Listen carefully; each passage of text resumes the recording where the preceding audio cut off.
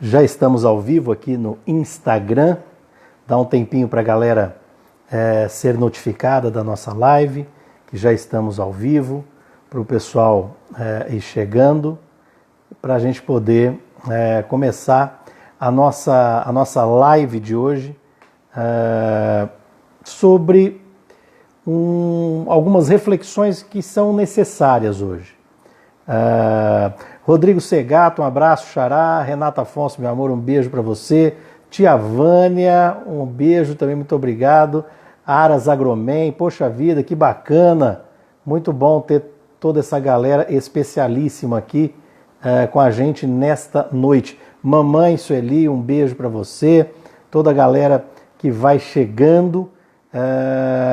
Eu quero já começar dizendo o seguinte: quando a gente fala sobre inteligência emocional, automaticamente a gente é remetido para uma realidade atual, aliás, que já dura um tempinho, nessa realidade, de uma certa modinha, né, dessa inteligência emocional. Mas a gente vai falar sobre isso. Deixa eu mandar um abraço para Maria Amália, minha querida Maria Amália, Roberta Apolinário, muito obrigado também, todo mundo que está chegando. Compartilha também, gente, chama mais gente, porque aqui eu pretendo ficar assim, de uma forma muito objetiva, muito rápida, e eu não quero atacar em termos muito academicistas, sabe? Falar sobre a inteligência emocional nesse aspecto dessa ondinha que tomou conta, que é a tal da good vibes, né? O que é a good vibes? É esse negócio de não, tudo vai ficar bem, você pode, você consegue o que você quiser, você pode, yes, e etc, né? E de certa forma, eu vou dizer que fazer até uma autocrítica aqui, em nome do Instituto Diz, no meu nome, no nome da Renata, que está aqui com a gente também, que no início, a gente até aderiu um pouco a essa mentalidade do eu quero, eu posso, né? É claro que quando a gente faz uma faculdade, ou quando a gente entra, faz um curso. Quando eu fiz a faculdade de Direito, por exemplo, o direito é dinâmico, né? Porque ele é baseado nas relações humanas, assim como também o universo da inteligência emocional, do autoconhecimento, do coaching, né, que a gente chama hoje, do coaching. Tudo que é baseado nas relações humanas, tudo que é baseado na sociedade humana, ela é dinâmico, muda, a gente vai aprimorando, às vezes a gente piora, às vezes a gente consegue melhorar. Então, por isso que é muito importante a gente começar a falar dessa questão da inteligência emocional, não é good vibes, partindo de um ponto muito importante. Você já percebeu o quanto que tem aumentado os casos de doenças neuropsicológicas, né? Doenças neuronais ou doenças neurais, como você quiser denominar. Por exemplo, o transtorno de déficit de atenção e hiperatividade, síndrome de burnout, a depressão, né? Tudo isso, vocês já repararam o quanto que isso aumentou nos últimos tempos? E se agravou ainda mais agora no caso da pandemia, tal, mas nós já vínhamos num processo de adoecimento do psicológico, né? Do adoecimento da alma das pessoas. E eu quero dizer para vocês que tudo isso é reflexo do que nós vamos ponderar aqui hoje, do que nós vamos trazer para as nossas reflexões aqui hoje. O que a gente vive hoje é chamada... essa era, né, que a gente vive hoje, essa época que a gente vive hoje, é chamada pelo filósofo Byung-Chul Han, né, um filósofo sul-coreano, que se mudou para a Alemanha, foi estudar na Alemanha o Byung-Chul Han e estudou tanto, né, se tornou filósofo e hoje é professor da Universidade de Berlim, o Byung-Chul Han. E ele fez um verdadeiro tratado, né, um livro simples, pequeno, curto e fácil, chamado A Sociedade do Cansaço. E é justamente isso que estamos vivendo, uma sociedade do esgotamento, uma sociedade que a gente, quando chega no final do dia, você tem aquela sensação de que você trabalhou pra caramba e não produziu, e não fez nada. Vocês já sentiram isso? Aquela sensação de que chega no final do dia, você fala, eu fui improdutivo, eu poderia ter feito mais, eu poderia... Na verdade, este sentimento que estamos nutrindo em nós mesmos é fruto dessa transformação social. Eu explico. No século passado, né, nos anos 2000, nos anos 1900, etc., até a gente atravessar para o 2000, nós vivíamos uma sociedade que o Michel Foucault chamava de sociedade da disciplina, ou sociedade disciplinar, né? A sociedade da disciplina, na verdade, nós tínhamos um controle externo sobre nós mesmos. Então, na verdade, havia um controle do indivíduo feito pela sociedade, né? Não vou nem falar pelo Estado, mas feito pela própria sociedade. A sociedade controlava o indivíduo através de, inclusive, micropenalidades. Então, se você parar para pensar, né, no século passado, nos anos 1900, né, depois da Segunda Guerra Mundial, principalmente, depois de 1945, as nossas sociedades eram dominadas, eram marcadas por escolas, fábricas, igreja, manicômios. Tudo isso eram estruturas de controle do indivíduo. Estruturas de controle do indivíduo. Essas estruturas de controle do indivíduo é que mantinham a normalidade, entre aspas, da sociedade. Por que normalidade? O indivíduo que destoava dessa sociedade, ele era logo taxado ou como louco ou como delinquente. Então ele ia para penitenciária, ou ele ia para o manicômio, depois de ter tentado sido controlado pela escola, pela igreja e etc. Não deu certo, então ou é manicômio ou é a penitenciária. Esta era a sociedade que nós vivíamos nos anos 1900, no século passado, que o Michel Foucault chama de sociedade da disciplina, né, ou sociedade disciplinar, em que este controle vinha de fora para dentro do indivíduo. Nós estamos num processo de transformação em que agora essa dinâmica ela é alterada. O controle do indivíduo agora passa a ser de dentro para fora. Ou seja, não há mais um controle externo sobre o indivíduo. O que existe é a chamada, nós deixamos a sociedade disciplinar de lado, estamos deixando a sociedade disciplinar de lado e tanto é que você já não vê tanto manicômio, você já não vê tanto penitenciária, você tem as que já foram construídas no século passado, mas você já não vê tanto o controle externo sobre o indivíduo, mas é porque nós estamos já passando para a sociedade do desempenho. A sociedade do desempenho, dado o nome pelo Byung-Chul Han, né, a sociedade do desempenho ela é marcada justamente pela autogestão. Só que essa autogestão ela é enganosa, porque ela dá uma sensação de liberdade. Nós somos gestores de nós mesmos. Nós somos empreendedores individuais. Não tem nada a ver com MEI, não, viu? Nós somos empreendedores individuais. Empreendedores de nós mesmos. E aí, a partir do momento em que a gente vai aderindo a esta sociedade do desempenho, aí entra a tal da positividade. Olha só, na sociedade que nós estamos abandonando, que é a sociedade da disciplina, lá era marcada pela negatividade, ou seja, o controle externo do indivíduo.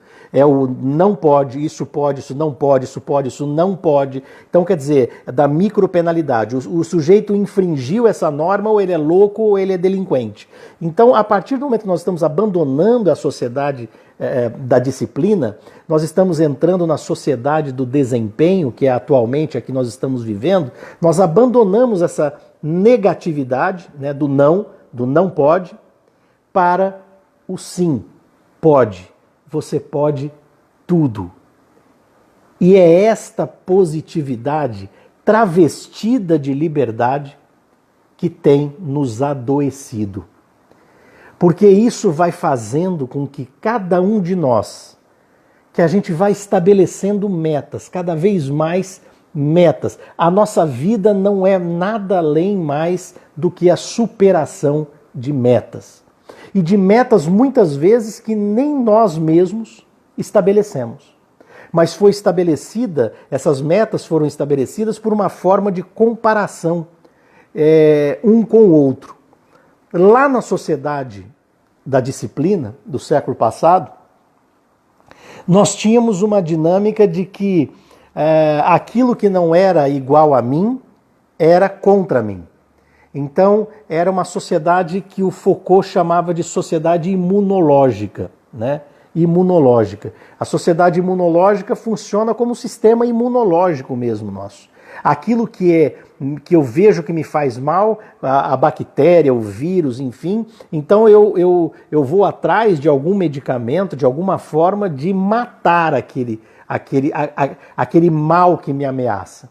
Não é à toa que nós vivemos no século passado a Guerra Fria, a ameaça constante do comunismo, que na verdade fez dominação no mundo todo. Contra o comunismo se estabeleceram ditaduras que mataram, que prenderam, enfim, contra um comunismo que sequer saiu do papel dos livros de Karl Marx. Enfim, mas não é o nosso tema. A grande questão aqui é exatamente isso. Lá nós trabalhávamos como sistema, como se fôssemos uma sociedade imunológica. Agora já não. Agora eu preciso do outro, mas não como um complemento. Eu preciso do outro para a minha autoafirmação. Eu preciso do outro como um comparativo do meu desempenho. Eu preciso sempre estar melhor que o outro. O outro precisa sempre estar atrás de mim em todos os indicativos. E é esta a sociedade do sucesso. E com isso, nós vamos estabelecendo para nós mesmos, com essa política do sim, você pode, você quer. E outra coisa, se você não consegue é porque você não deu tudo de si. Porque quem está comprometido, consegue. Quem está comprometido, consegue. Quem está comprometido, consegue. Quem quer, vai. Quem quer, consegue. E aí, eu dou o máximo de mim e não consigo. Então, aquela sociedade que estamos abandonando, aquela sociedade da disciplina, que fabricava loucos e delinquentes, nós estamos abandonando e aderindo à sociedade do desempenho, que agora não fabrica mais loucos e delinquentes. Agora fabrica depressivos e fracassados. Toda vez que eu chego em casa com a sensação de que eu não produzi tudo que eu deveria ter produzido, e sempre há uma métrica que me leva a pensar que eu não produzi o que eu deveria ter produzido, sempre há esse sentimento. Tanto é, deixa eu fazer um parênteses aqui, até com esse processo de coaching, né? Hoje existem aqueles profissionais, não estou fazendo crítica nenhuma, não, cada um tem o seu papel nesse universo. Mas hoje existem aqueles profissionais que te estimulam a acordar às 5 horas da manhã para fazer meditação, ou para correr, ou para não sei o que, tal, não sei o que, blá blá blá. E aí você começa a dizer o seguinte: puxa vida, eu acho que é isso que está faltando para mim. Eu acordo todos os dias às 6 horas da manhã, e aí eu vou, tomo banho, tal, tomo meu café, e vou para o trabalho, eu vou produzir, né? Então é isso, eu preciso acordar não às 6, eu preciso acordar às 5. E aí você vai começar a acordar às 5 horas da manhã. Você vai começar a comungar e a aplicar na sua vida toda toda a metodologia desses profissionais que estão dizendo para você que o ideal é acordar às 5 da manhã para você meditar, para você fazer exercício, para você não sei o quê. Aí tá ok. Vai chegar uma hora, se tudo correr bem, ótimo, maravilha, parabéns, era esse o teu segredo que faltava, ótimo. Mas se chegar um momento em que a sua vida não foi alavancada, em que a sua vida não passou para o tal sucesso esperado, não passou para o desempenho no nível seguinte, no nível superior que você esperava, etc. Vai chegar outro louco aqui nesta telinha que você está me vendo agora, nas redes sociais, um profissional que vai mostrar para você que ele conquistou a casa dos sonhos, que ele anda do maior carrão, ele viaja, ele anda de barco, ele vai para Angra dos Reis, ele viaja, ele vai para Dubai, ele é o foda, ele é o cara, ele é o foda. E aí esse cara vai dizer para você o seguinte, sabe o que está faltando para você? Você precisa acordar às 4 da manhã. Às 4 da manhã. E aí você vai dizer, então é isso. Eu estou acordando às 5, então agora eu vou começar a acordar às 4, porque é isso que está faltando para mim. Esse exemplo que eu estou dando é só para mostrar que cada teoria que vem com essa positividade de que a positividade no sentido de poder. Eu posso, você pode tudo, você pode o que você quiser, você tem o poder, basta você querer, basta você mentalizar e você vai. Isso nós tratamos, quem aqui fez o curso no Instituto Diz, ou Advanced Life com a gente, sabe do quanto nós trabalhamos o princípio da autorresponsabilidade, né? Só que o princípio da autorresponsabilidade, quando nós trabalhávamos, nós dizíamos o seguinte, a autorresponsabilidade é você compreender que você tem a vida que você merece, por tudo que você faz e por tudo que você deixa de fazer. Só que a autorresponsabilidade, quando nós começamos a ampliar esse conceito, a autorresponsabilidade também é começar a perceber aquilo que deveria ser feito pela sociedade e não é feito pela sociedade. Nós não podemos ignorar aspectos sociais, históricos, econômicos que nos reprimem, que nos sufocam há séculos e dizer que simplesmente não romper com isso é uma questão de fracasso pessoal. Não, não é. Estamos normalizando a marginalização social que vem há gerações sufocando minorias, né, no nosso mundo. E quando a gente começa a perceber isso, a gente começa a entender também que, por mais que eu tenha a sensação de que só eu estou ficando para trás, você abre aqui o Instagram, você abre as suas redes sociais, você vai ver um monte de gente, está todo mundo feliz, todo mundo se veste melhor que você, todo mundo come melhor que você, todo mundo faz sexo melhor que você, todo mundo mora melhor que você, todo mundo viaja melhor que você, e aí isso vai o quê? E essas pessoas vão mostrando para você o seguinte, olha, basta você querer. Eu fiz isso, eu fiz aquilo. Se você quiser mais, compra o meu curso, que é tanto e tal, não sei o quê. E aí você vai comprando, você vai somatizando esta realidade, você vai somatizando essa condição, a ponto de começar a perceber que você é o grande culpado pelo teu fracasso. Você é o único culpado por não alcançar metas que são inclusive metas traçadas de maneira sobre-humana e também de maneira desumana. E todas as vezes carregadas com essa good vibes. Não, vai dar certo, não, você consegue, não, você pode. Não desista, não desista. E deixa eu contar uma coisa para você. Muitas vezes, desistir faz parte da inteligência emocional. Nós tivemos o caso de uma ginasta americana agora nas Olimpíadas, não vou lembrar o nome dela, Simone, é isso? Simone Bailey, é isso? Agora não vou lembrar, se alguém puder me ajudar. Uma ginasta norte-americana nas Olimpíadas, que estava no seu limite emocional, físico e etc. Ela simplesmente abandonou as Olimpíadas. Ela abandonou a competição. E aí ela foi dar uma entrevista dizendo o seguinte: eu abandonei porque aquilo estava acabando comigo, estava me destruindo. Está aqui o maior exemplo da sociedade do desempenho, da sociedade do cansaço. Estamos produzindo aos montes pessoas doentes, pessoas depressivas, pessoas com TDAH, com transtorno de déficit de atenção e hiperatividade, pessoas com depressão, pessoas com síndrome de burnout, pessoas com síndrome do impostor. Síndrome do impostor é exatamente o maior símbolo da sociedade do cansaço. É quando a pessoa faz de tudo e chega no final do dia, percebe que poderia ter dado mais. Porque falta mais produtividade. Olha, se você trabalhou até as 10 da noite, por que você não foi até as 11? Por que você não foi até as 11? Se você tivesse ido até as 11, você teria marcado tanto na tua produtividade, você estaria à frente de mais 100 pessoas. E aí, no dia seguinte, você vai exigir cada vez mais de você e dane-se a tua saúde física, a tua saúde mental e a tua saúde espiritual.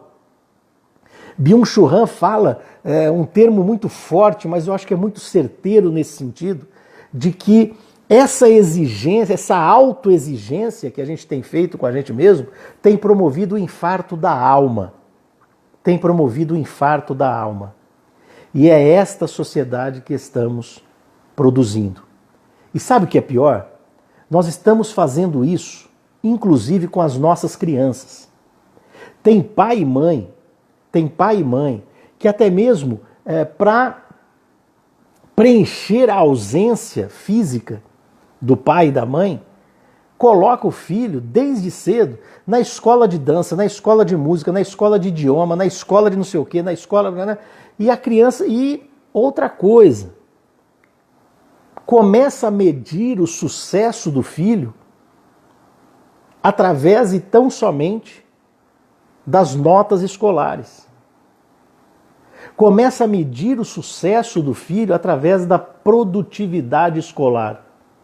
Então veja que nós estamos replicando para as próximas gerações, para os nossos filhos, e depois vem os nossos netos, enfim, e nós vamos continuar replicando essa sociedade do cansaço, essa sociedade do desempenho.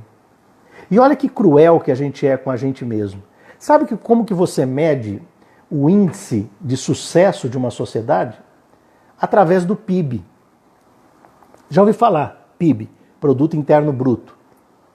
É por aí que você mede o sucesso de uma comunidade, de uma nação. E você quer saber o que é o PIB? É justamente o consumo, é a produção e o consumo de um produto. De produtos. Quanto mais se produz e quanto mais se consome um produto, maior é o PIB. E quanto maior o PIB, mais sucesso tem essa nação. E agora veja só, eu vou só te dar um exemplo. A água que você bebe, a água, essa aqui, engarrafada. Sabe por que ela é engarrafada?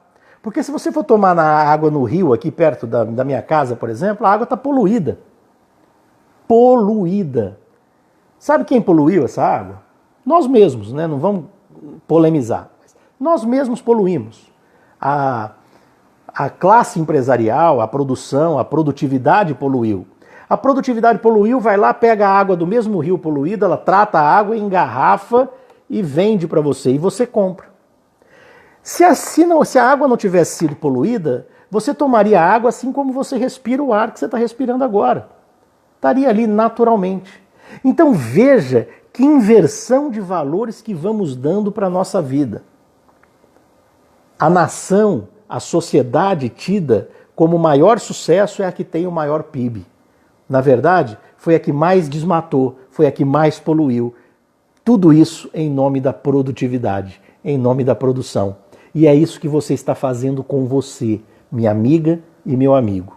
Você está se poluindo, você está se desmatando, você está se destruindo. Tudo isso em nome de uma produtividade em patamares muitas vezes desumanos. E enquanto isso, você tem consumido mensagens do seja foda, você é extraordinário, você é não sei o quê, você é parará, você é não sei o quê, você é parará. E olha, não seja foda. Seja humano. Seja pai. Seja mãe. Seja professor. Seja professora. Seja filho. Seja filha. Seja irmão. Seja irmã. Seja amigo. Seja amiga. Seja vulnerável. Se tiver que chorar, chore. Se tiver que dizer que hoje o dia não foi legal, diga e assuma isso não como um fracasso, mas assuma no sentido de que, você está vivo, você é humano. Você é humano. E o melhor de tudo, você teve a coragem de se libertar, você teve a coragem de se libertar de uma sociedade que está adoecendo. E vale dizer o seguinte: não é saudável se adaptar a uma sociedade que está doente. Não é saudável se adaptar a uma sociedade que está doente. Por mais que digam para você que você pode tudo, que você é capaz de tudo, olha, respira. Você pode tudo mesmo. E quando não der para poder tudo, respira, porque é normal, faz parte. Faz parte, não dá certo. Quando alguém fala, olha, tudo vai dar certo, às vezes nem tudo vai dar certo. Às vezes nem tudo vai dar certo, isso não significa fracasso. A Renata está dizendo aqui, meu dia hoje foi extraordinário. E foi mesmo, nosso dia hoje foi maravilhoso. Ontem não foi. Anteontem também não foi. Mas hoje foi extraordinário. Amanhã eu faço as minhas orações todos os dias para que os meus dias sejam extraordinários. Roberta Apolinário está dizendo aqui, perfeito, muito obrigado. Gisele Batizocco, minha querida amiga, está dizendo aqui, você sempre traz exemplos concretos. Muito obrigado, muito obrigado. Gente, existe saída para tudo isso que nós estamos falando? Claro que tem saída. Primeira coisa, é trazer luz para essa realidade. É trazer isso à consciência. Porque se nós formos vivendo de forma inconsciente, a gente acaba trazendo isso para a vida e vai viver e vai sofrer e vai chamar isso de destino, né? Então sempre é bom trazer tudo isso para a consciência. Byung-Chul Han, não só ele, mas lá no começo dos anos 2000, tinha também um sociólogo chamado Domenico De Masi, italiano, falava do ócio criativo, a necessidade do desligamento, a necessidade de eu ter nos meus momentos no dia de desligamento, o ócio, que ele chamava de ócio criativo, é o equilíbrio. Hoje nós não temos mais tempo para isso. O Byung-Chul Han chama isso de tédio. Tédio, a necessidade do tédio. O tédio, quando a gente chama de tédio algo que é ruim. Por exemplo, quando você está olhando para o nada e você fala, ai que tédio. É isso que nós precisamos. Nós estamos a todo momento conectados. Nós estamos a todo momento hiperativados, hiperatentos, só que de uma forma superficial. Nós prestamos atenção em muitas coisas ao mesmo tempo e não nos aprofundamos em nada. Nós precisamos do tempo do tédio, do tempo do ócio. Nós precisamos do tempo de contemplação. E é essa a nossa saída. Quando a gente percebe através da inteligência emocional, traz isso para a consciência, no sentido de perceber aquilo que nos faz bem e aquilo que nos faz mal. Lutamos pela nossa vida, porque se há algo que nós temos de mais valioso é a nossa vida. E olha que interessante, se você ameaçar, se você emparedar qualquer bicho, qualquer animal, inseto, ele vai lutar pela vida. E esse bicho, esse inseto, esse animal que vai lutar pela vida, ele não tem duas capacidades que nos diferenciam.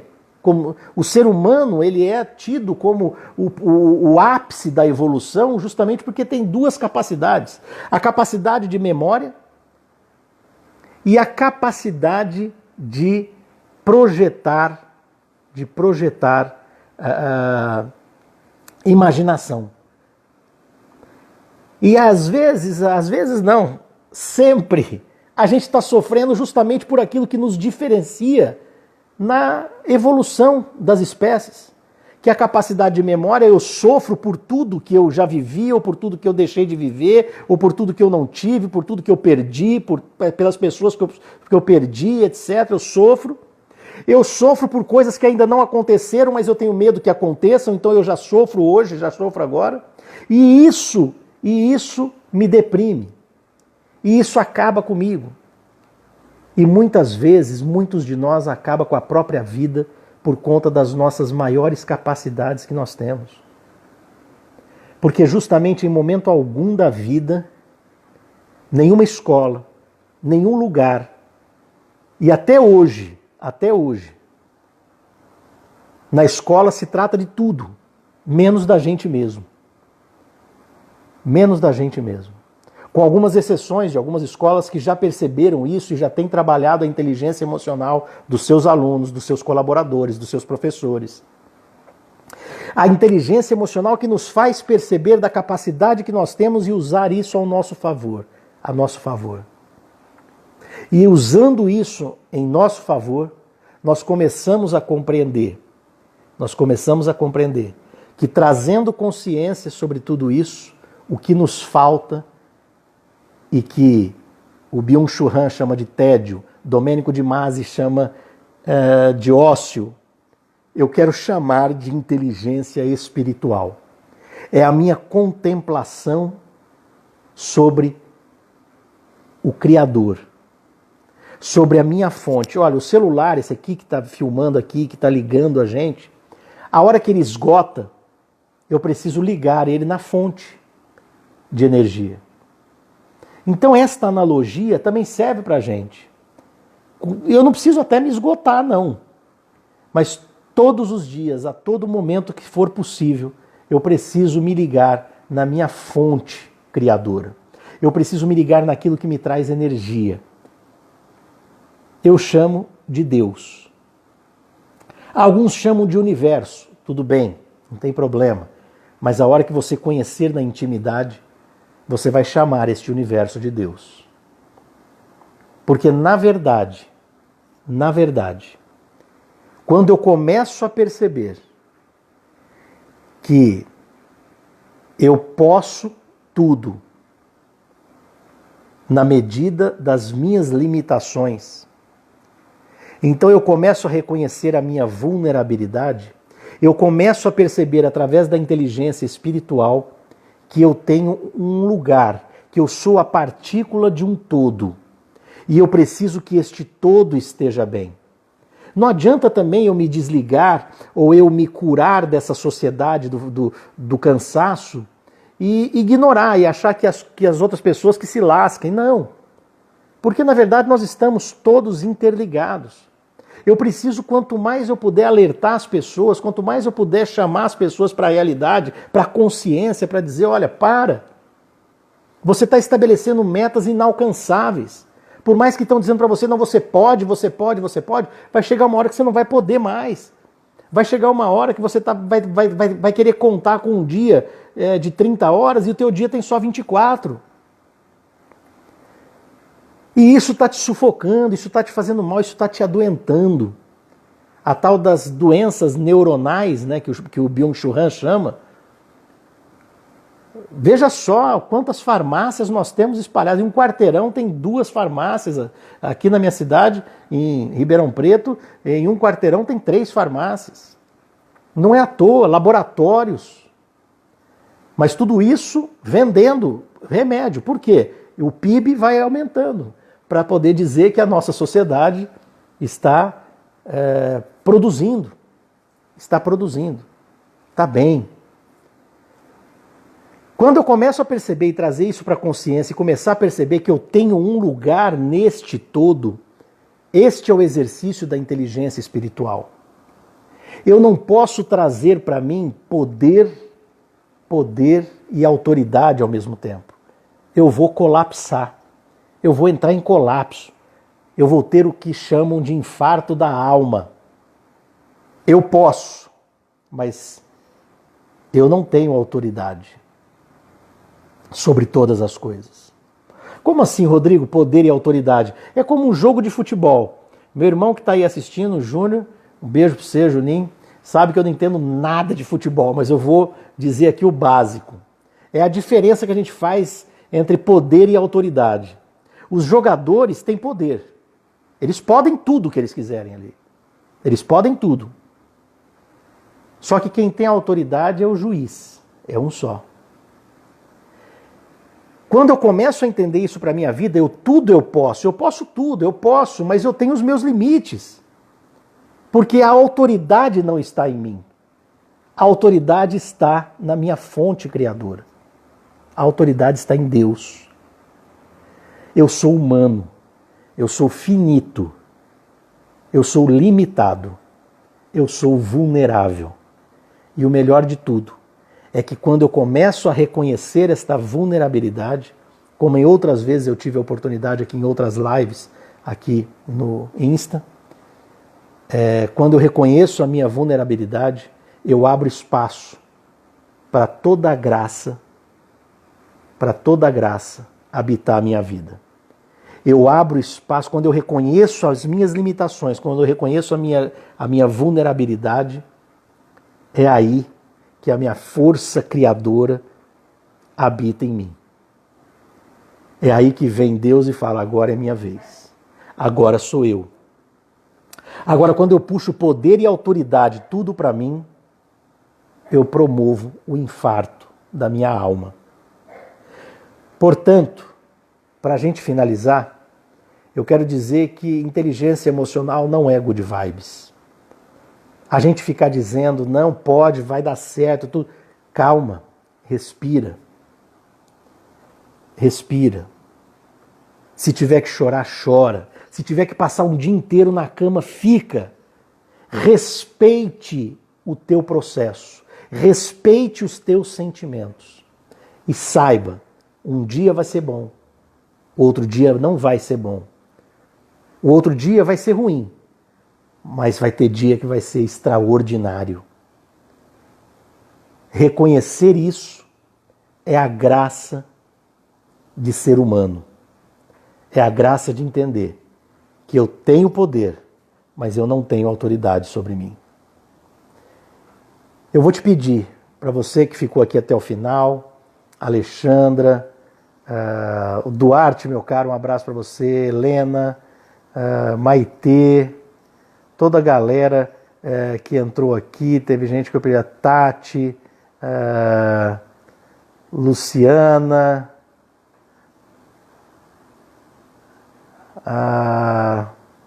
quem mais aqui? Sabrina, toda a galera que entrou. Eu vou te pedir, compartilhe essa live, ela vai ficar registrada aqui no Insta, compartilha. Roberta lembrou muito bem aqui um livro maravilhoso, Picos e Vales, é justamente isso. Né? Aliás, quando você vê lá o eletrocardiograma, a nossa vida é justamente isso. Quando está tudo igual, seja em cima ou seja embaixo, quando está tudo igual não é porque a gente morreu. Né? Enquanto estivermos oscilando, é porque estamos vivos. E essa é a graça de ser humano. E deixa valer a tua vulnerabilidade, porque é na vulnerabilidade que habita a graça de Deus. Muitíssimo obrigado. Gente, compartilha essa live, chama mais gente. E eu quero assumir um compromisso com você. Nós vamos nos encontrar aqui mais vezes. E agora para trabalhar essa inteligência espiritual. Porque eu acho que é disso que nós estamos precisando para aliviar a sociedade do cansaço. Muitíssimo obrigado. Compartilha, gente. Um beijo para vocês. Muito obrigado aí pela participação de todo mundo. Valeu.